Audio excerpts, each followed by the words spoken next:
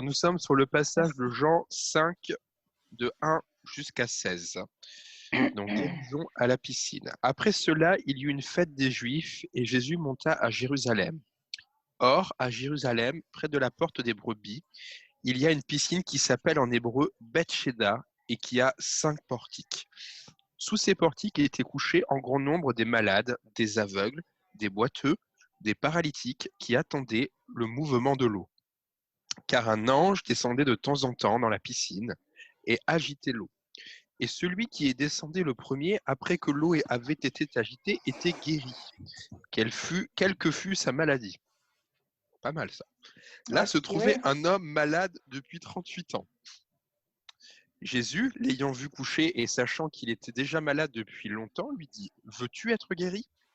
Le malade lui répondit « Seigneur, je n'ai personne pour me jeter dans la piscine quand l'eau est agitée, et pendant que j'y vais, un autre descend avant moi. » « Lève-toi, lui dit Jésus, prends ton lit et marche. » Aussitôt cet homme fut guéri. Il prit son lit et marcha. C'était un jour de sabbat. Les Juifs lui dirent donc à celui qui avait été guéri. C'est le sabbat. Il ne t'est pas permis d'emporter ton lit.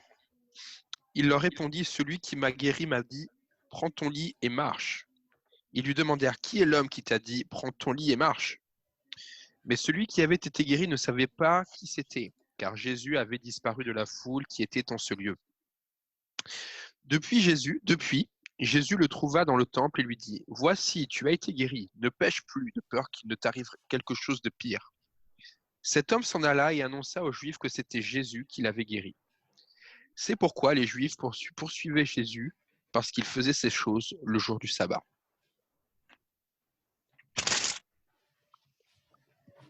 Je continue, Chris, ou je m'arrête là? Non, il faut s'arrêter là, parce qu'après, il y a déjà pas mal de choses à dire. Hein. C'est pas faux. Alors, parlons ensemble en langue nouvelle. Amen. Ou qui quoi?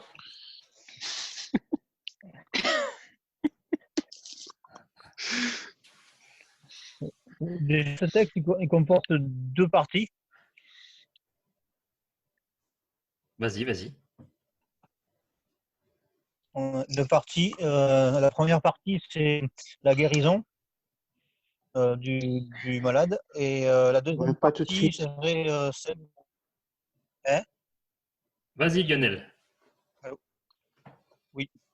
Et la deuxième partie serait celle où les Juifs, en fait, cherchent querelle à Jésus, quoi. Oui, effectivement, il y a une découpe à ce niveau-là. Qu'en pensez-vous les autres? Il y a beaucoup d'informations dans ce texte. C'est vrai que de prime abord, il se passe beaucoup de choses.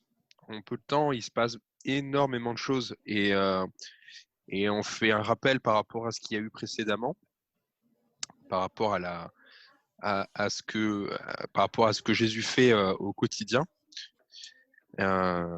Donc, on observe qu'il était, je sais pas, Christophe, est-ce qu'on peut, est-ce qu'on peut faire une référence à ce qui s'est fait au préalable avant que Jésus puisse intervenir dans ce moment-là? Tu étudies le texte. Ouais. Alors, il faut y aller. Ok.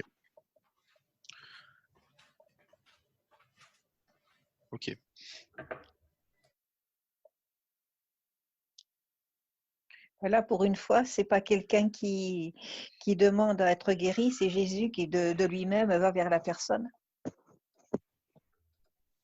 C'est déjà quelque chose de différent par rapport aux autres chapitres. Oui.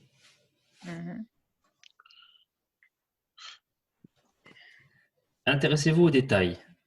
Quand on raconte une histoire, il y a toujours un temps pour établir le contexte, pour établir où est-ce que ça se passe, comment ça se passe, les informations que l'on a avant que l'histoire commence. Ça se passe à côté de la porte des brebis, c'est là où on a mené les brebis pour le sacrifice, donc c'est symbolique aussi. Moi, ce que je vois aussi, c'est surtout, il précise la durée. Le malade était malade depuis tellement longtemps et il se trouve des excuses pour pas arriver à être guéri, quoi. Alors, on va Allô? recommencer depuis le départ. C'est- Il y a eu une fête des Juifs. C'est important de commencer. Parce que, Allô? oui, Yaye, Oui, oui, bonjour, j'ai pris le train en marche. Donc, je me disais que l'endroit où ils sont, les gens qui viennent dans cet endroit-là, on a dit que c'est là où il y a un bassin à qui les gens donnaient un pouvoir miraculeux qui pouvait apporter la guérison. Donc, les personnes venaient pour rechercher en quelque sorte voilà, voilà, se purifier, être guéri, recevoir une guérison. Et là, on voit que cet aveugle-là, on a dit qu'il pouvait pas, lui, aller se baigner dans le bassin comme les autres pouvaient le faire. Et il n'a pas eu besoin de faire ça. Mais Jésus, lui, il a guéri. Il a vu dans son cœur que c'était quelqu'un qui avait, même s'il n'a pas demandé d'être guéri, mais dans son cœur, ça se lisait en fait qu'il voulait lui aussi aller dans ce bassin-là. Il voulait se jeter aussi, mais il ne pouvait pas vu qu'il était infirme. oui, ça c'est vrai. Bon, ça c'est pas. C'est juste l'explication, ça, c'est pas encore. Oui, parce qu'avant d'interpréter, je vous le rappelle, Oui. il nous faut bien comprendre l'histoire. Et Oui. il y a plusieurs choses, puisque l'interprétation vient du fait qu'on va prendre un détail et on va en sortir une vérité de ce détail, en observant ce qui se passe autour. De comprendre que c'était pendant un temps de fête, ça justifie la présence de Jésus à Jérusalem. Et ça veut dire que Jésus était présent. Hein? C'est tout bête comme ça. Mais si on dit que Jésus était à Jérusalem, ça veut dire que Jésus est là. C'est bon pour vous tous? Assez facile comme premier Oui. verset. Hein? Voilà. Ah oui. Près de la porte des brebis.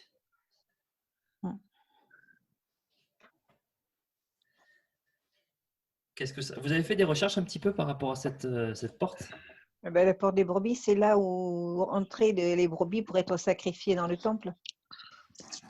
Et qu'est-ce qu'il y avait près de cette porte? Ben, on sacrifiait les brebis pour se faire pardonner ses péchés. Et qu'est-ce qu'il y avait près de ces portes? Une piscine. Ouais.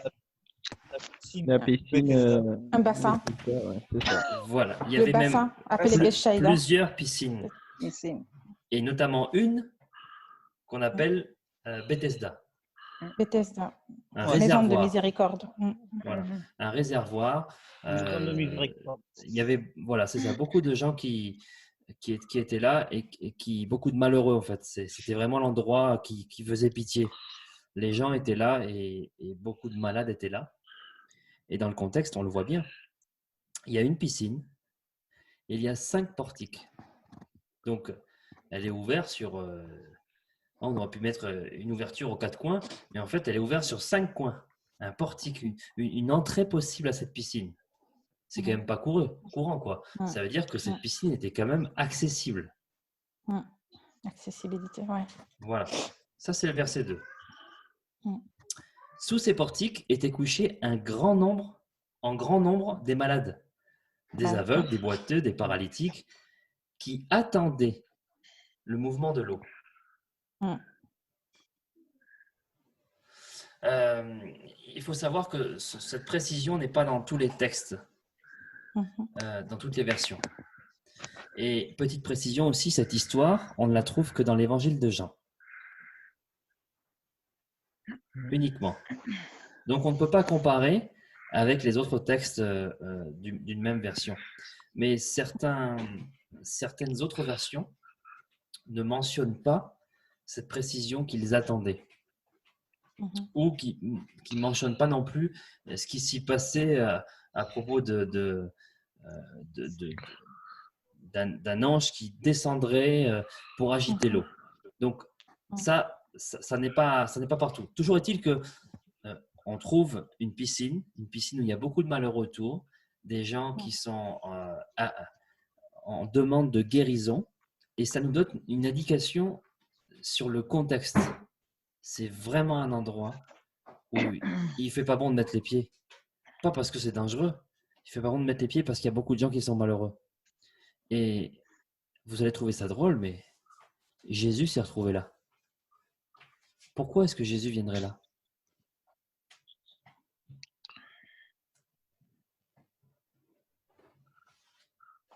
Pourquoi est-ce que Jésus viendrait dans un endroit comme ça?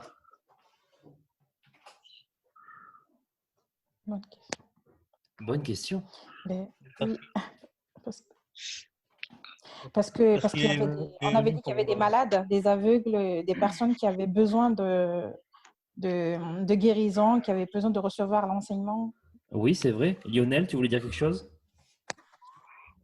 C'était juste pour dire qu'il est descendu pour sauver des âmes, tout simplement. Ben oui, Des âmes. Jésus savait quoi faire.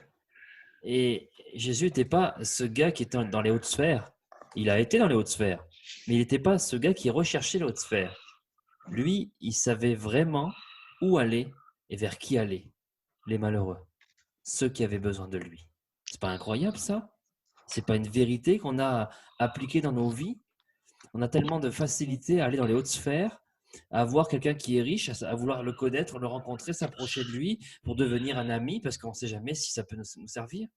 On n'a pas de facilité à se tourner vers quelqu'un qui est connu. On n'a pas de facilité à se tourner vers quelqu'un qui a une place importante dans l'église où on est, dans l'entreprise où on est, parce que ça va peut-être nous revenir un jour si on se colle à des gens comme ça.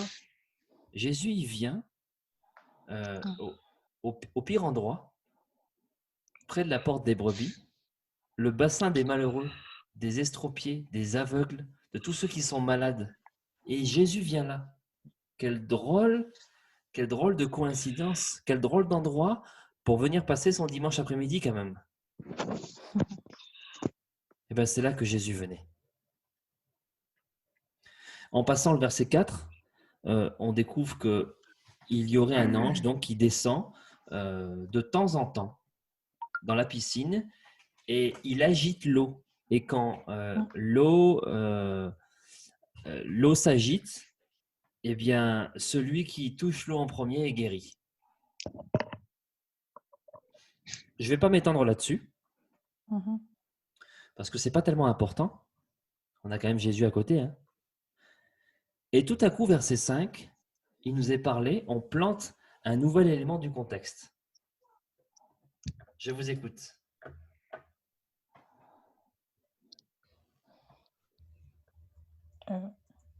Tu peux reprendre, s'il te plaît, Christophe? Tout à coup, au verset 5, on a un élément du contexte qui arrive. Oui. Je vous écoute. Ben, on retrouve un homme malade qui... Pardon, allez-y. Allez-y.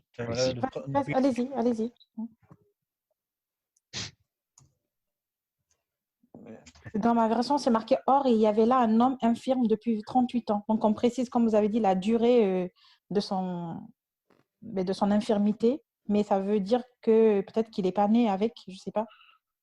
On ne dit pas qu'il est né, mais on dit juste qu'il est infirme depuis 38 ans. Voilà, donc on ne sait pas s'il est né avec ou pas. Donc, c'est que ça n'a pas tellement d'importance. Mais en tout cas, s'il était présent, c'est qu'il voulait être guéri. Alors, ça, c'est important. Il était là. Oui. Et on le voit après, puisque Jésus va lui poser la question. Et j'imagine qu'il devait être découragé, cet homme-là, puisque depuis 38 ans, s'il est là en train d'attendre la guérison et que les autres lui passent devant d'une certaine manière, alors, c'est qu'il doit être dégoûté. On ne sait pas depuis quand il attend. On sait qu'il est malade depuis longtemps. Oui. Mais la Bible ne dit pas qu'il est là à cette porte depuis 38 ans. Oui. Par contre, Jésus va s'approcher. C'est pas très grave d'interpréter qu'il est là depuis des 30 ans. Mais ça peut induire en erreur l'élément important de ce passage. Puisque après, de toute façon, on peut prendre n'importe quel élément et en faire une prédication. Vous voyez, je peux simplement faire une prédication sur la piscine de Bethesda et ses 5 portiques. Je peux faire une prédication là-dessus. Il n'y a aucun problème. Là, j'essaie d'abord de comprendre le texte. Et au verset 6, Jésus, l'ayant vu couché, Et sachant qu'il était déjà malade depuis longtemps, lui dit, Mhm. veux-tu être guéri? Enfin, Jésus, bah, tu rigoles ou quoi? Enfin, moi j'ai des yeux, je comprends que le gars là, il est fatigué. Alors, je sais pas depuis combien de temps, mais à le regarder, ça fait longtemps qu'il est là. Et s'il est là, c'est que forcément, tout le monde sait que il y a un gars tous les 36 du mois qui se jette dans l'eau et qui est guéri. Si celui-là, il est là, c'est qu'il veut tenter sa chance. Et toi, tu lui demandes, toi, Jésus, moi, avec mes yeux, je vois ça. Et toi, Jésus, avec tes yeux, tu lui poses la question, tu vois pas qu'il a envie d'être guéri? Ouais. Et il lui pose quand même la question. Mhm. Veux-tu? Mhm. As-tu la volonté? Est-ce que ça t'intéresse? Et d'ailleurs, qu'est-ce que tu veux vraiment? Il y a la notion de vouloir, et il y a des gens, ils veulent rien. Ils veulent pas avancer. Ils n'ont pas envie. Il y a des gens, ils veulent des choses qui ne sont pas les bonnes choses. Pourquoi ce malade faisait pas l'aumône? Il aurait pu être à un autre endroit et mendier plutôt que de vouloir être guéri. Non, lui, il était là. Certainement, il voulait être guéri. Mais Jésus lui pose la question, veux-tu être guéri? C'est important. Jésus nous pose la question tous les jours. Que veux-tu que je fasse pour toi? Demande-moi, invoque-moi lorsque vous priez. Tout ça, ce sont des questions. Est-ce que tu as envie de le faire? Lorsque tu vas le faire, comment tu vas le faire? Est-ce que tu veux plutôt ça ou tu veux plutôt ça? Qu'est-ce que tu veux? Dis-moi ce que tu veux. Et il y a une belle leçon de prière là-dedans. Verset 7. Le malade lui répondit, Seigneur, je n'ai personne pour me jeter dans la piscine quand l'eau est agitée. Qu'est-ce que ça peut vouloir dire ça? Mhm. Partons d'une explication simple. Qu'est-ce que ça veut dire? Plantez le décor chez vous. Imaginez-vous, là vous êtes à côté. Il y a cette espèce de bassin là, avec 5 portiques plein de malades autour. Écoutez ce qu'il dit, Seigneur, je n'ai personne pour me jeter dans la piscine quand l'eau est agitée. Plantez la scène dans votre esprit. Essayez de visualiser ce qui se passe. Dites-moi ce qui se passe. Décrivez l'endroit. Et moi, je Au départ, ça... Oui. Allez-y. Non, allez-y, c'est vrai. Vas-y. Je suis un gentleman, donc. Vas-y, Diego. Non, honneur aux dames. Honneur aux dames, d'accord. D'accord, ok, d'accord. Donc, je pensais à ce que Christophe avait dit au début, le fait que en fait, la Bible avait précisé que ce bassin avait 5 portiques. Donc, du coup, donc accessible, facile d'accès. Donc, ça veut dire que même s'il y avait du monde, donc il y avait suffisamment de place pour tous qui peuvent y aller, y vont. Donc, je pense que les gens ceux qui peuvent pas, se font assister par des proches et tout. Mais cette personne-là, il était, on va dire, désœuvré. Il avait personne pour l'aider. Il était à un endroit où c'est accessible. Comme on dit, c'est vrai, tu arrives à un truc où tu es tout près. Il suffit juste peut-être tu tends la main, mais tu vois ce sentiment d'incapacité où on voit quelque chose qu'on désire le plus est si près de nous, mais est facile d'accès, mais nous, on ne peut pas y arriver. On ne peut pas y accéder, nous, parce qu'on a... D'accord, Moi, reste plus simple. Décris-moi la Oui, c'est scène vrai. telle que tu la comprends. Ah ouais. Et après, on passe au Ah. niveau d'après. Ah oui, c'est vrai. Alors là, oui, donc c'est ce monsieur-là, il dit qu'il a personne, donc il a personne avec lui, donc soit il est orphelin ou que les gens l'ont abandonné parce que peut-être qu'il est infirme, que c'était une charge trop lourde pour les gens parce qu'il y a des infirmes, pas mal d'infirmes qui deviennent mendiants, qu'on abandonne parce les gens n'ont plus envie de s'en occuper, ils n'ont pas le temps, ils n'ont pas les moyens. Mais en tout cas, c'est vraiment quelqu'un qui n'a plus rien en fait dans sa vie. Il n'a plus rien à perdre, il n'a rien à gagner. Donc, c'est vraiment quelqu'un au bord du gouffre, comme on le dit, quoi. Ok. Christophe, oui. je peux faire une remarque. En fait, Oui. ce qui est assez sidérant en fait dans ce passage-là, c'est que Jésus lui pose une question fermée. Veux-tu être guéri? Ça répond. La réponse, elle est soit oui, soit non. Et en fait, c'est comme si il cherchait une excuse pour pas faire la chose en fait, pour se donner encore une excuse, pour se dire mais non, mais de toute façon c'est que pour les autres et pas pour moi en fait. Mm. Et alors que Jésus est non seulement là, il est là pour lui en fait. Et il voit pas encore que il parle et en fait il parle à Jésus en fait. Il sait pas à qui il parle en fait. Ah si, il dit Seigneur, pardon, excusez-moi. Mais je pense qu'il se cherche des excuses. Oui. Ouais, et en même temps, j'imagine la scène remplie de foule, de gens qui veulent être guéris pour tout ou rien. Et un peu comme le monde d'aujourd'hui, j'imagine qu'ils sont un peu égoïstes et ils veulent chacun se bouscule pour passer devant l'autre, quoi. Je Et pense que lui, les gens passent à côté de lui, ils le remarquent même pas. la question que pose Jésus illustre parfaitement ce que veut le malade au fond de son cœur en fait. Mm. C'est que en fait, Ouais. veux-tu être guéri en fait, c'est exactement pour ça qu'il pose cette question-là parce que on sait pas trop ce qu'il veut en fait le malade là d'une certaine manière. Donc je l'imagine, il voit tous les gens autour de lui qui ont peut-être déjà eu la guérison parce qu'ils sont arrivés dans le comment dire parce qu'ils sont arrivés dans la piscine et lui il se dit bah en fait moi j'y arriverai jamais en fait. J'y arriverai jamais et souvent on est souvent dans cette situation-là en tant que personne, on voit les gens qui sont peut-être qui reçoivent des dons ou des capacités et nous en fait on est là et puis on se dit ouais mais en fait ça nous arrivera jamais en fait. Et c'est un peu ce que vit ce gars-là, je pense, d'une certaine manière. Mhm. Ouais, je suis assez d'accord. Ouais. Il y a beaucoup d'interprétations à faire. Mm. Laissez-moi vous donner l'exemple d'une scène, d'une scène comme celle que l'on voit là.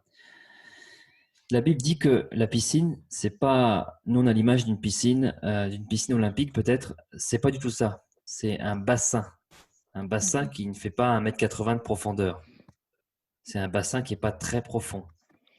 C'est-à-dire qu'on ne peut pas être complètement immergé, à moins d'être en position horizontale. C'est un bassin où on peut se baigner. Donc, les gens ont pied, ce n'est pas un gouffre. Et ce n'est pas non plus une grande piscine. Il y a 5 portiques et c'est justement le problème. Quand vous avez un endroit qui est fermé avec une seule entrée, où est la queue? Mhm. Mm. Ok. Juste comme ça, il y en a qui sont déjà allés à Lourdes parmi vous. J'ai pensé à Lourdes ouais, aussi. Ça me fait énormément penser à Lourdes en fait, ce passage-là. Ouais, c'est pas- Non, j'ai jamais été. C'est comment? Et en fait, les gens, ils font la queue juste pour toucher le mur. Et tu as des queues de 9 km des fois pour que les gens puissent toucher le mur. Pourquoi? Qu'est-ce qu'il a ce mur? Mais en fait, il y a eu l'apparition apparemment de la Vierge Marie, entre guillemets, qui est Mm. venue. Et du coup, derrière ça, les gens, ils pensent qu'ils peuvent être guéris parce qu'il y a une guérison à ce moment-là, à cet endroit-là. Bah, je ferme la parenthèse. Ah, je Excuse-moi. croyais qu'il était en chocolat, le mur. Il y a de l'eau, il y a l'eau de l'eau, oui. Moi, on m'a Ouais. ramené, une personne m'en a ramené une fois, apparemment. Ça guérissait. Excuse-moi, Christophe, j'ai fait une Et petite donc, digression. dans une pièce où il y a une seule porte, à votre avis, Mhm. où est la queue? Mm. C'est une question que je vous pose. S'ils sont comme au Elle est Brésil, devant la porte. il n'y a pas de queue. Hein. Et plus précisément, Personne ne respecte. Hein. Et En tout à la cas, rentrée, la porte. où est l'attroupement? Et à quel endroit se trouve l'attroupement? Près de la piscine. Imaginez Mhm. une pièce qui n'est pas non plus... Ah, on a perdu Anne-Marie.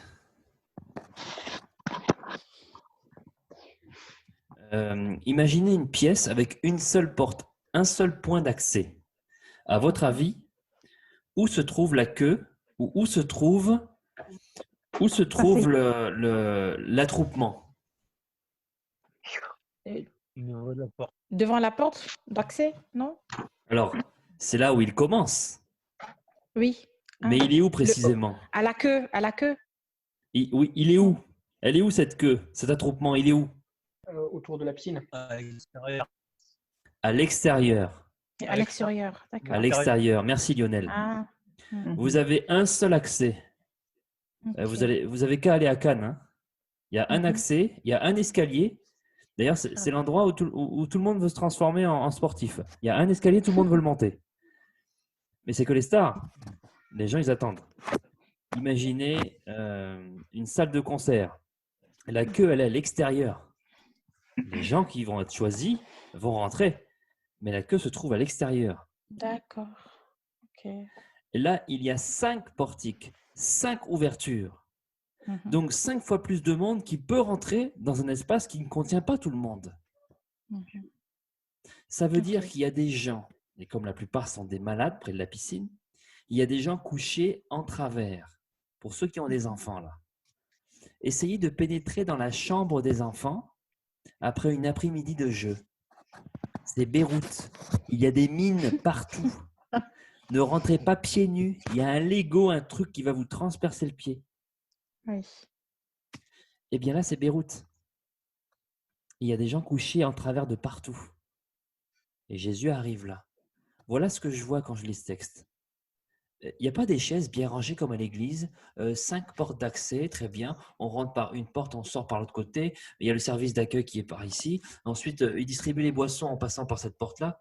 Pas du tout. Non, non. C'est pas confortable du tout. Les gens sont couchés, sont par terre. C'est pas un endroit fait pour rester. Mais ceux qui sont là, ceux qui sont allongés, ceux qui sont couchés au plus près, ils s'installent tant bien que mal en attendant que l'eau fasse un petit mouvement pour aller se jeter dans la piscine. Voilà ce que nous dit la Bible. Et Jésus arrive, il va poser cette question, et vous avez raison. Jésus ne veut pas savoir la réponse. Il veut que cet homme, ce malade, formule une réponse. La réponse, il peut la lire en lui. La Bible dit que Jésus, il savait qu'il était déjà malade depuis longtemps. Donc, il savait pourquoi il était là.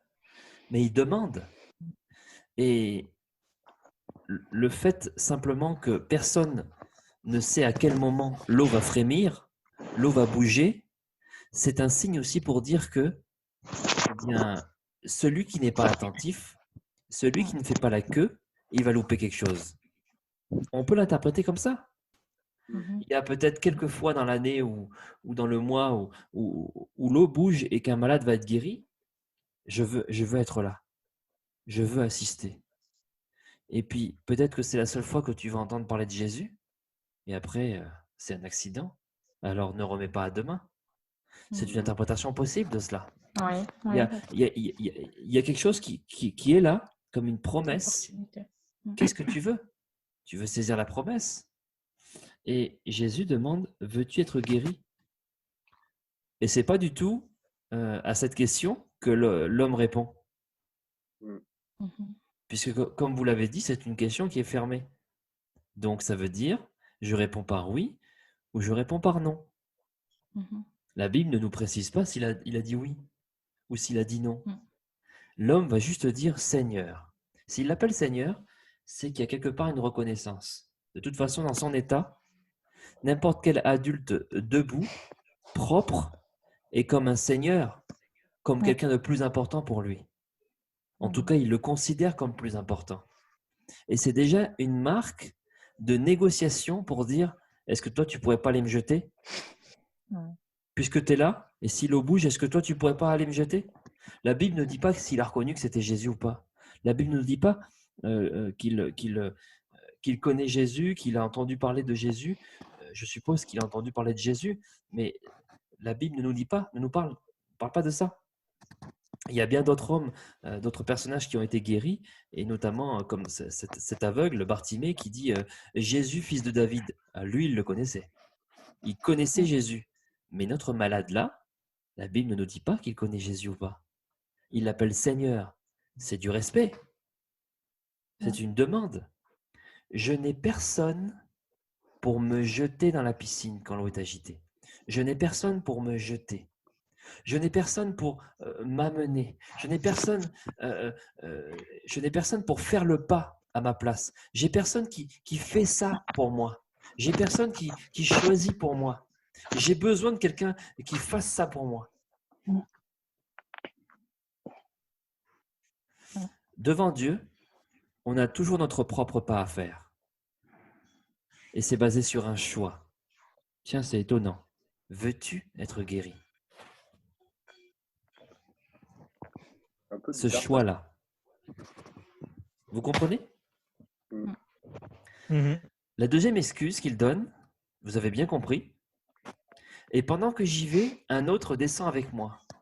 Alors, première chose, il dit, il n'y a personne qui fait ça pour moi. Il n'y a personne qui m'amène. Il n'y a personne qui fait ce que je dois faire à ma place. Et la deuxième excuse, elle est un petit peu différente. J'ai peur de ne pas y arriver. Parce que pendant que j'essaie, quelqu'un est devant moi, donc j'y arrive jamais. Donc, ce sont des excuses courantes, ça. Mm. On les connaît tous, ces excuses. Si quelqu'un manque de sagesse, qu'il la demande à Dieu.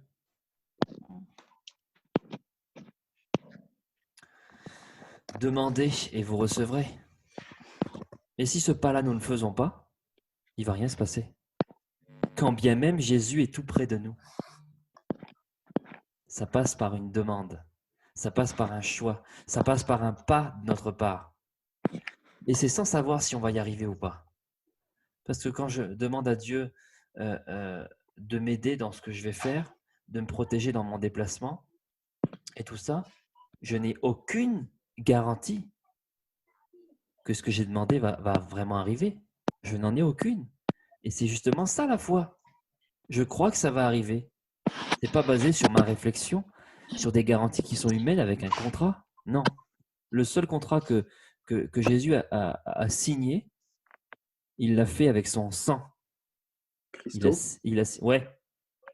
excuse-moi, je t'interromps, j'ai juste une question, mais Jésus va dans un endroit où peut-être qu'il y a beaucoup de foi aussi là-dedans. Parce que les gens veulent être guéris et ils croient qu'ils peuvent être guéris aussi. Est-ce que c'est un mauvais raisonnement de penser comme ça ou pas? C'était pas un endroit de foi. D'accord. Parce que la foi, elle se trouve normalement dans le temple. Là où il y a de l'enseignement, là où Dieu se trouve. Là, les gens allaient où on leur disait que on pouvait obtenir quelque chose. Ok. Ok. Il y a croire quelque chose parce qu'on est désespéré. Là-bas, il y a de l'eau qui bouge et quelqu'un, une fois est tombé dedans, il a été guéri. Ok, je vais y aller. Je sais pas, c'est quoi un ange? On rend gloire à qui dans ce cas-là? Un ange. Mais l'ange, il vient de qui? Enfin, au temple, on parle de Dieu, de l'Éternel, on récite ces choses, on prie, on loue l'Éternel comme le faisaient les anciens.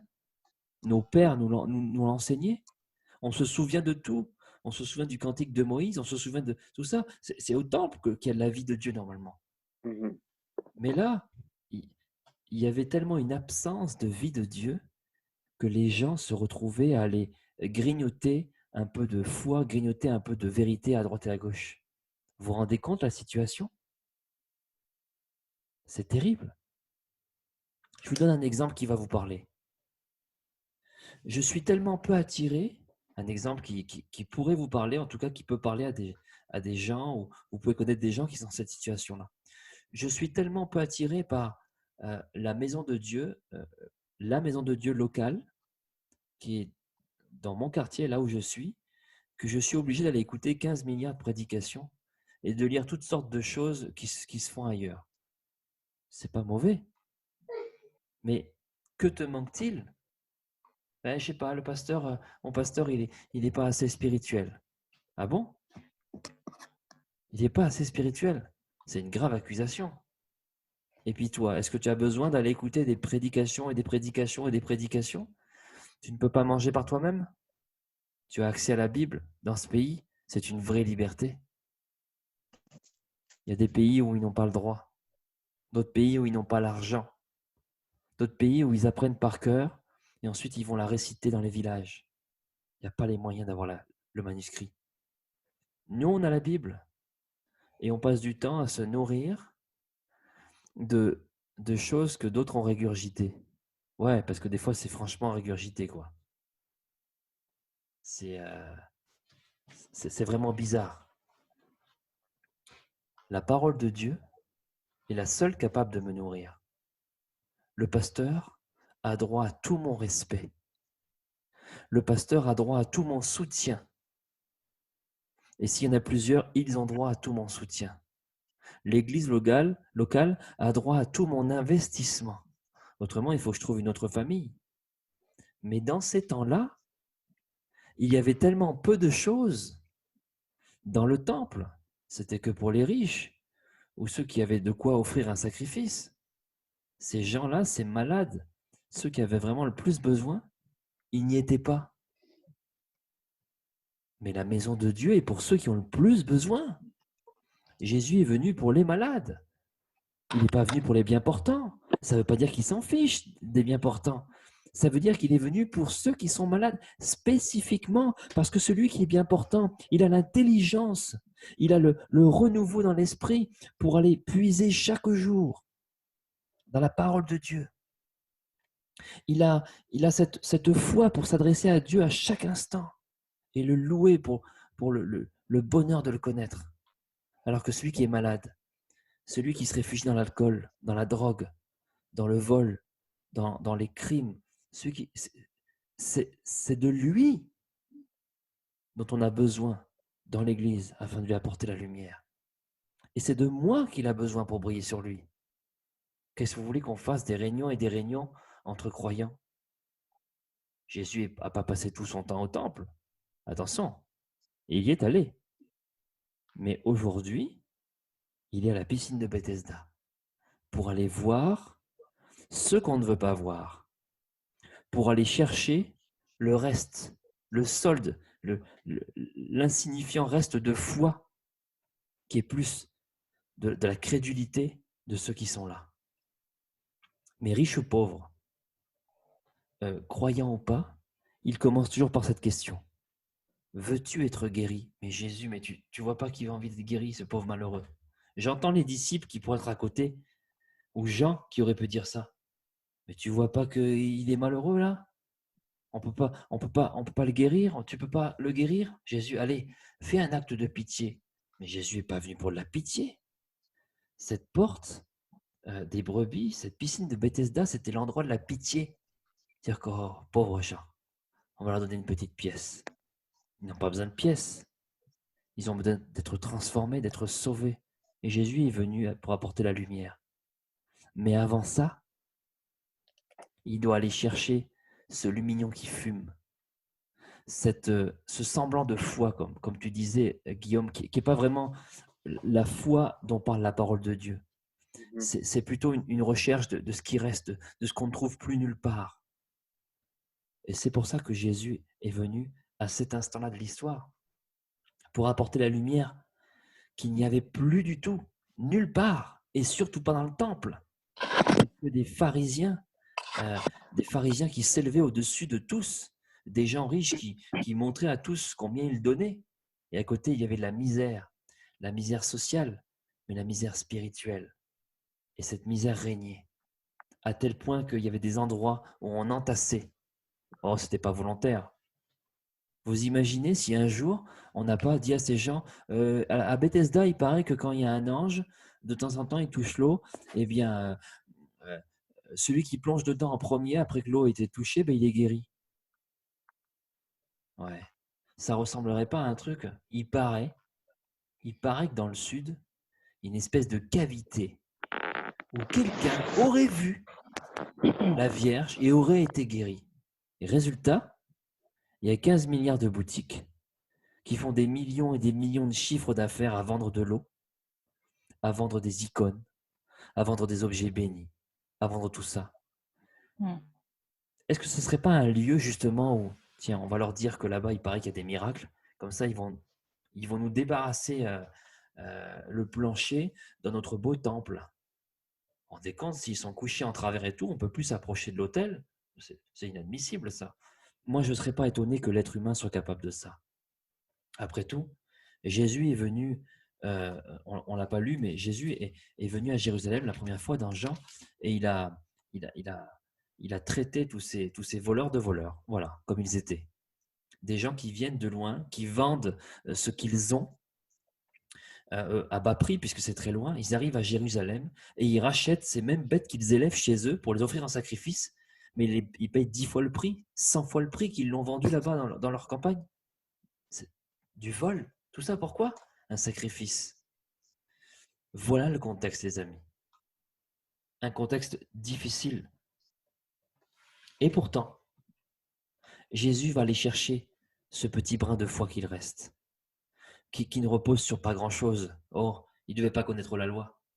Il était juste là parce qu'il était malade depuis si longtemps.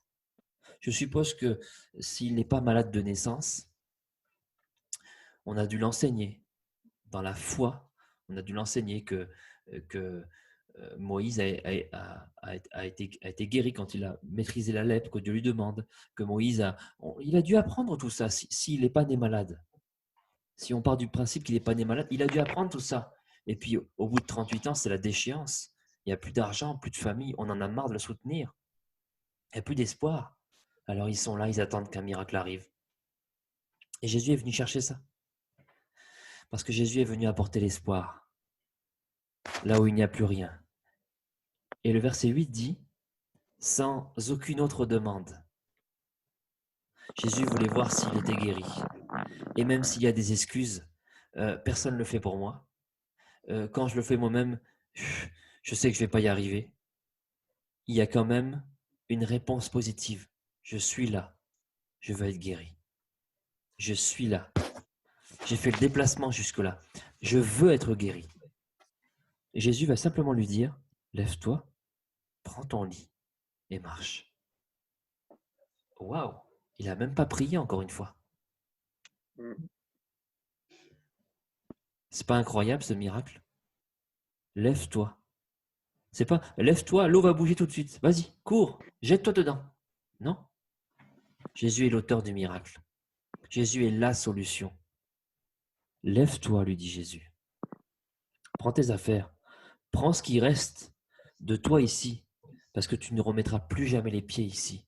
Tu ne seras plus jamais à la porte à l'endroit de la pitié, à cette porte-là où les gens espèrent dans des choses qui arrivent que très rarement. Tu ne seras plus jamais là. Tu quittes cet endroit où il n'y a que de la pitié, où il n'y a que du malheur, où il n'y a que des impossibilités. Et maintenant, tu marches. Tu te mets en marche, tu te mets en mouvement, tu recommences à avancer. Parce que bien souvent, les amis, on s'arrête à des endroits où il paraît qu'il y a un miracle qui s'est fait. On s'arrête à des moments de notre vie où il paraît que c'est là maintenant qu'il faut le faire. Il paraît que c'est là que ça se passe. Il paraît que c'est dans cette église-là où il y a des miracles. Il paraît que c'est dans celle-ci-là où il y a le Saint-Esprit qui agit. Il paraît que c'est dans cette église-là où il y a les meilleures prédications. Il paraît que c'est dans cette église-là où il y a le meilleur service de louange. Mais depuis quand nous sommes liés à autre chose qu'à notre Seigneur Jésus? La louange, c'est moi qui la porte. La prédication, je le suis moi-même prédicateur dans mon foyer et pour mon foyer. Je suis moi-même un prédicateur lorsque je lis la parole de Dieu et que le Saint-Esprit m'enseigne ces choses. Je dois me joindre à cette famille pour servir et non pour être servi. Et lorsque je veux choisir mon menu, là-bas, il y a un meilleur service de louange, donc j'y vais. Et ensuite, je vais là-bas parce qu'il y a les meilleures prédications. Et ensuite, je vais là-bas parce que là, il y a un bon service social. Puis là-bas, j'ai des amis qui m'invitent à manger, je vais y aller aussi. Puis là-bas aussi, il y a des gens solides ici, là, je vais y aller. Ah bon? Ça n'inspire que de la pitié. Tu n'as pas trouvé l'endroit que tu vas pousser en avant, l'endroit où tu vas être acteur dans le mouvement. Nous avons tous une part dans ce mouvement-là. L'Église n'est que le rassemblement des saints. Si moi je décide d'être assis sur ma chaise, à attendre que ça se passe, je vais attendre longtemps. Longtemps. Très, très, très, très longtemps. Parce que ce n'est pas ce que Dieu a dit. Alors maintenant, lève-toi, prends ton lit, prends ce qui te retenait, prends ce qui te limitait à cet endroit-là, prends tout ça, parce que tu ne remettras plus jamais les pieds ici, et remets-toi en mouvement. Parce que la vie, c'est le mouvement. La vie avec Dieu, c'est j'avance. La vie avec Dieu, c'est je ne regarde pas en arrière. La vie avec Dieu, c'est si je regarde en arrière, je ne peux plus avancer. La vie avec Dieu, c'est un pas après l'autre. Je cherche à atteindre l'objectif de ma vie, c'est-à-dire d'achever la course jusqu'à ce que le Seigneur me reprenne. Je me suis jamais arrêté. Il y a des fois, j'ai été plus rapide que d'autres fois, mais c'est pas grave. Tant qu'il y a du mouvement, il y a de la vie. Et là, c'est basé sur de la foi, une ferme assurance des choses que j'espère, et une démonstration des choses que je ne vois pas encore arriver. Mais c'est ça la foi. Aussitôt, cet homme fut guéri. Et qu'est-ce qu'il a fait? Il a pris son lit et il s'est mis en route. Aussi simple que ça. Il n'y a pas eu de prière, Dieu d'Abraham, Dieu d'Israël et de Jacob. Non. Il n'y a pas eu de semaine de jeûne et prière organisée. Il n'y avait pas un concert avec de la musique pour célébrer ces choses-là. Il y a juste une vraie rencontre, partie d'une vraie décision et une obéissance qui termine tout ça. Ça, c'est la fin de la première partie. Parce que la deuxième partie va être tout aussi surprenante. C'est bon pour la première partie? Alors évidemment, on est à fond dans l'interprétation. Mais on peut le faire parce qu'on a compris le passage. Et on peut sortir toutes les vérités qui s'appliquent. Alors, j'interprète comme je connais le passage. Mais dans un an, je l'interpréterai peut-être différemment. Pourquoi? Parce que j'ai du vécu entre-temps. Parce que le Saint-Esprit m'amène à voir des choses différentes, parce que je suis en mouvement, parce que j'avance, parce que je vais toujours plus loin. Donc, je vais comprendre toujours plus, pouvoir sortir toujours plus d'enseignements de ces passages de la parole de Dieu. C'est pour ça que je peux lire et relire les passages. Je n'ai pas besoin de les barrer en disant « ça y est, ça j'ai déjà lu, c'est fini. Je n'y reviens plus ». Non, j'y reviens parce que quand je le lis aujourd'hui, j'ai un problème. Quand je le lis aujourd'hui, j'ai un défi. Quand je le lis aujourd'hui, je suis fatigué.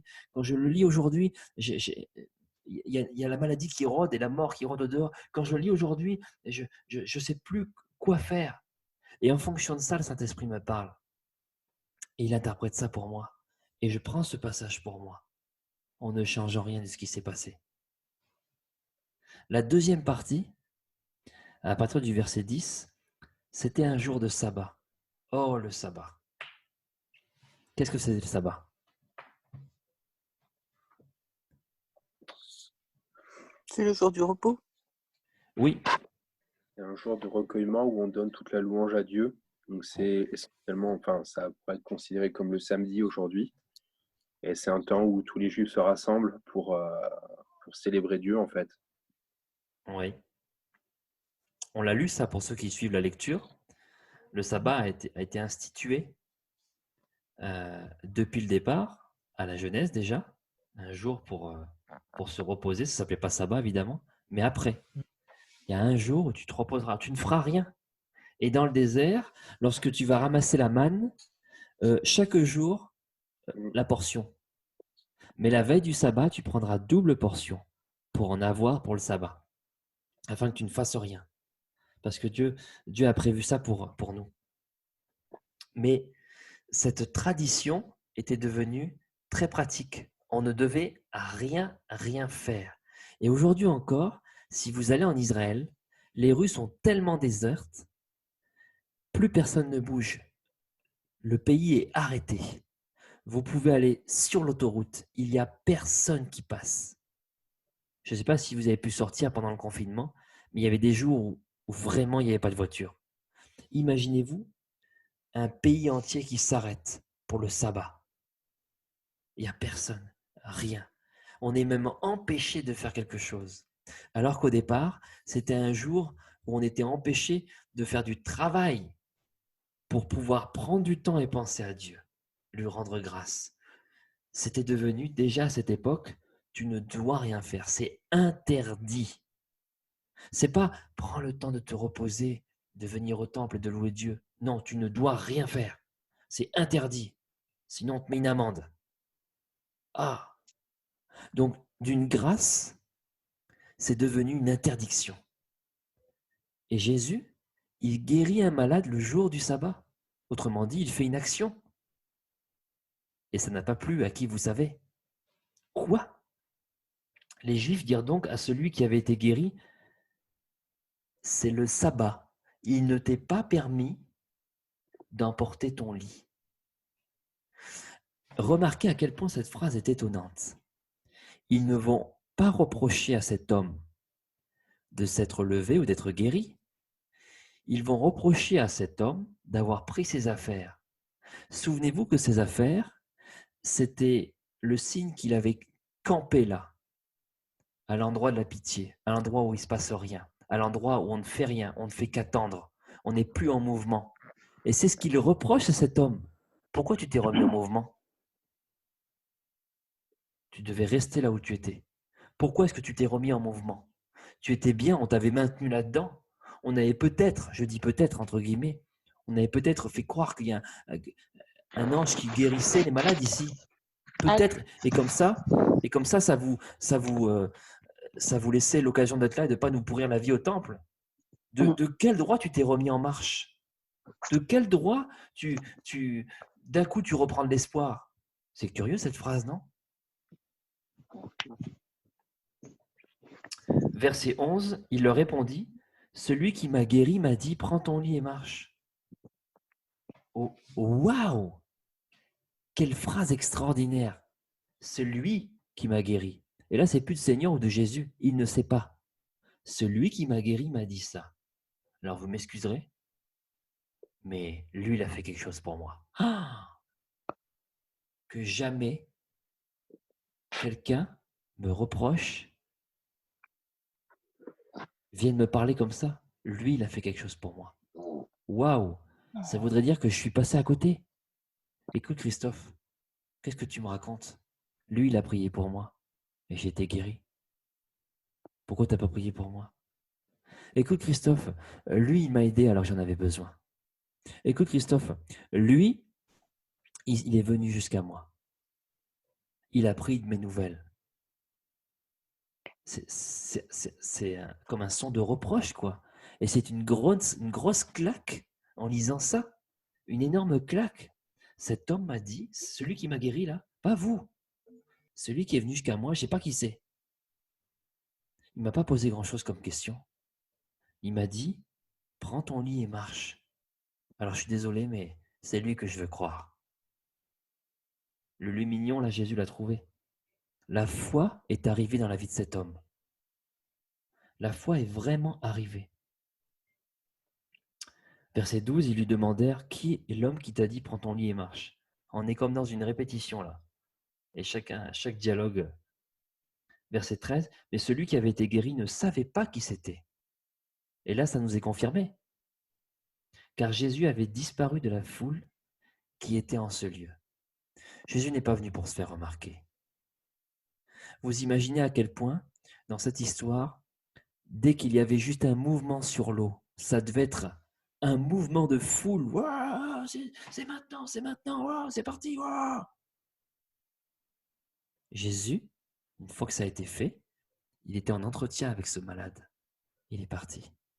Il n'est pas là pour faire du sensationnel. Je le dis avec beaucoup de mesure, mais il n'est pas là pour qu'il y ait des spots partout, de la lumière, du son, des rideaux, des belles choses. Non. Il est venu pour toucher quelqu'un. Et ça, c'est toujours très discret. Et lorsqu'on est sincère avec soi-même, lorsque Dieu nous touche, c'est toujours quand on est au plus près de Jésus. Et quand on est au plus près de Jésus, on n'a pas envie de fanfaronner. On n'a pas envie de dire, ouais, j'étais hyper près, quoi. C'était incroyable. Non. J'ai juste envie de revivre l'instant. J'ai pas envie de me la jouer pharisien, dire oh, je te loue, que moi je ne pêche pas comme ce publicain. Oh, moi je donne ma dîme. Oh, qu'est-ce que je lis ma Bible. Oh, je lis 12 chapitres par jour. C'est incroyable. Oh non. Je vous garantis, quand on a été touché par Jésus, on n'a pas envie de fanfaronner.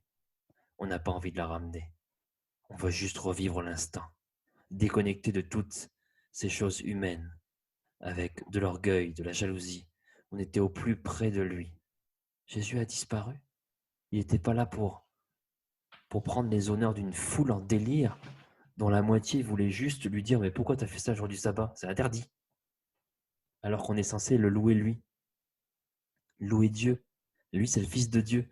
On est censé le louer lui. C'est devenu un jour d'interdit. Tu n'as pas le droit. Voilà ce que font les hommes. C'est interdit. Et regardez bien dans quelle mesure la loi a mis en place un système de défense pour défendre les citoyens. Ça s'appelle les forces de police. Et rappelez-vous, la dernière fois que vous avez été verbalisé, qu'est-ce qui vous a verbalisé? Ceux qui sont censés vous protéger.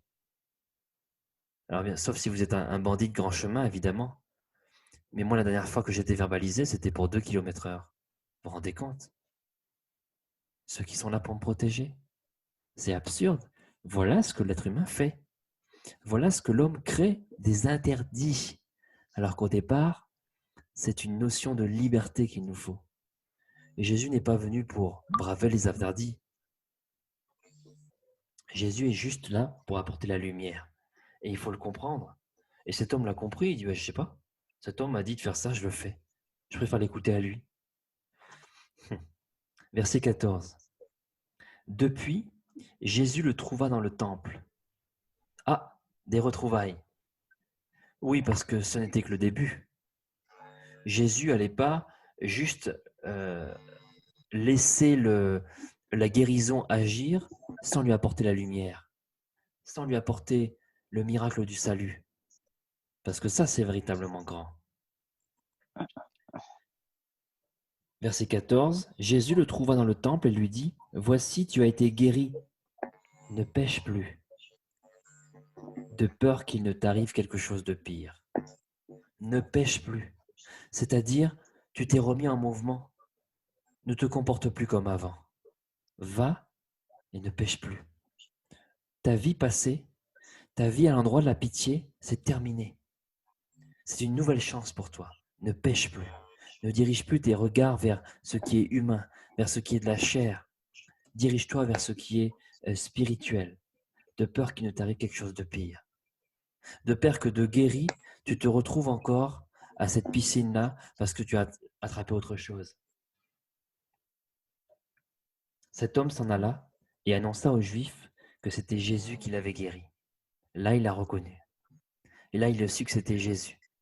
Là, il a su que c'était celui qui guérissait, celui qui apportait toutes sortes de grâces dans la vie des gens, de la lumière, celui qui apportait de l'espoir, le véritable espoir, pas celui de l'eau qui bouge un tout petit peu à la surface. L'espoir de la vie, c'est une nouvelle vie qu'il lui a donnée. En disant, recommence, c'est une nouvelle chance pour toi. Maintenant, tu es guéri, tu te mets en marche, tu te mets en mouvement, tu n'iras plus jamais là-bas. Et maintenant, ne pêche plus, ne vis plus comme ta vie d'avant qui t'a mené directement à cette piscine de la pitié. C'est pourquoi les Juifs poursuivaient Jésus, parce qu'il faisait ces choses le jour du sabbat. Alors pendant que Jésus a des rendez-vous incroyables, il y a des troubadours qui sont en train de le poursuivre parce qu'il a fait quelque chose le jour du sabbat. Vous vous rendez compte à quel point c'est cocasse? C'est d'un ridicule. Vous savez, ça me fait penser à... Non, vous n'avez pas connu ça, vous, mais...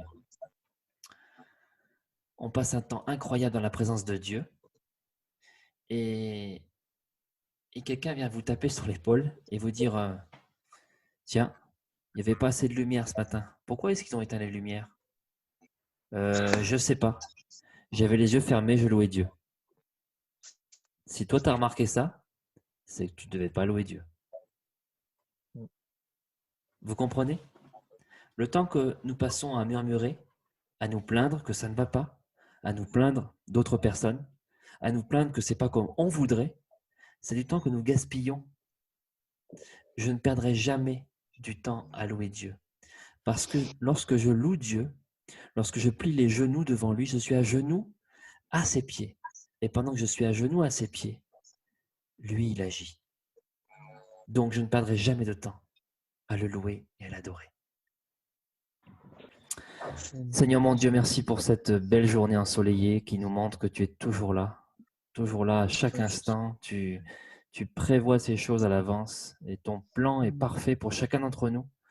Merci pour ce temps que nous investissons pour toi, Seigneur.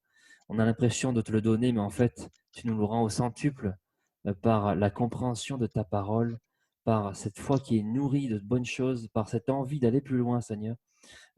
Aide-nous à être toujours constamment en mouvement, Seigneur. Même si des fois on a l'impression de faire du surplace, de ne pas avancer, de ne pas comprendre, Seigneur. Le chemin n'est pas une histoire de distance parcourue. Le chemin est une histoire de « je continue à avancer », même si c'est difficile. Encourage mes frères et sœurs dans ce qu'ils vivent, dans les moments difficiles, les moments de danger peut-être, les moments de découragement, les moments de fatigue intense, Seigneur. Viens les renouveler, que ton esprit puisse les accompagner, Seigneur. Bénis ceux qui ont des familles avec des enfants, des contraintes et des difficultés peut-être financières, Seigneur. Tu es celui qui est l'auteur de tout bienfait. Alors sois l'auteur de chacun de nos bienfaits. Merci pour l'air que nous respirons, pour le souffle de vie qui chaque matin est renouvelé pour nous, Seigneur. Merci pour toutes tes grâces. Au nom de Jésus. Amen. Amen. Amen. Amen. Soyez bénis les amis. À très bientôt. Merci, bonne soirée. Bonne soirée. Merci. Bonne soirée.